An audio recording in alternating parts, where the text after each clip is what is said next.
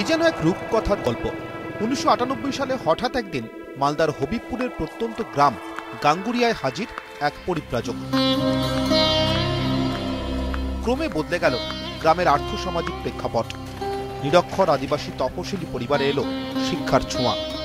জ্ঞানের আলোয় বিকাশ ঘটল কৃষিকাজে।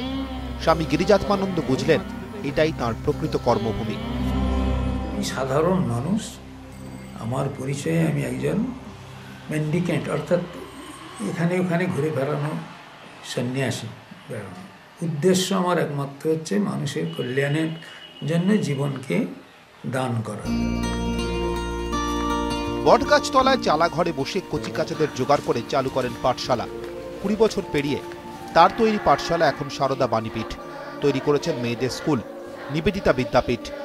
দুটি স্কুলে পড়ুয়া সংখ্যা প্রায় 1200, শিক্ষকের সংখ্যা 36। রয়েছে 200 আসনের ছাত্রাবাস। স্কুলের পাশেই দাতব্য চিকিৎসালয়। এই সবই করেছেন আক্ষরিক অর্থে ভিক্ষা করে। ভিক্ষাই সম্ভব। ভিক্ষা 1 বছর, 1.5 বছর, 2 বছর ধরে, তখন আমার বয়স 60-র কাছাকাছি, আমি প্রতিদিন প্রায় 15 থেকে 20 কিলোমিটার রাস্তা হেঁটেছি। ঘরে ঘরে, গ্রামে গ্রামে, দুয়ারে দুয়ারে গেছি। বরাবর স্বামীজির আদর্শে বিশ্বাসী।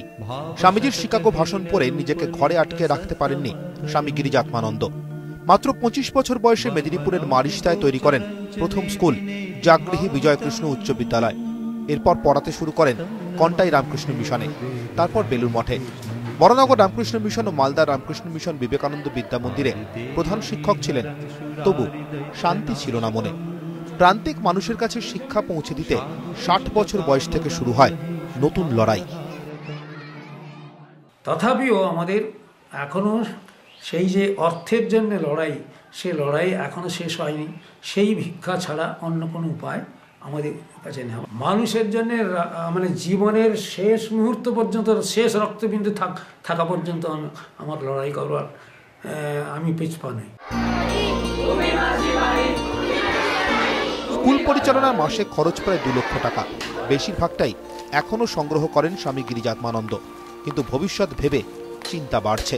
একটা ছাতার মতো আছেন, তার আশীর্বাদে সমস্ত কিছু চলে যাচ্ছে, কিন্তু তার পরবর্তীতে কি হবে একটা ভয় তো হয়।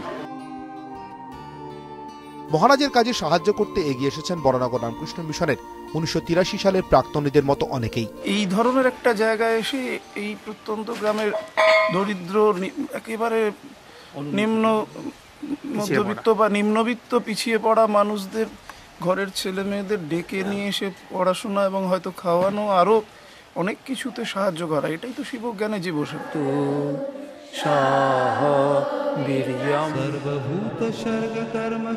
এখনো বহু কাজ বাকি।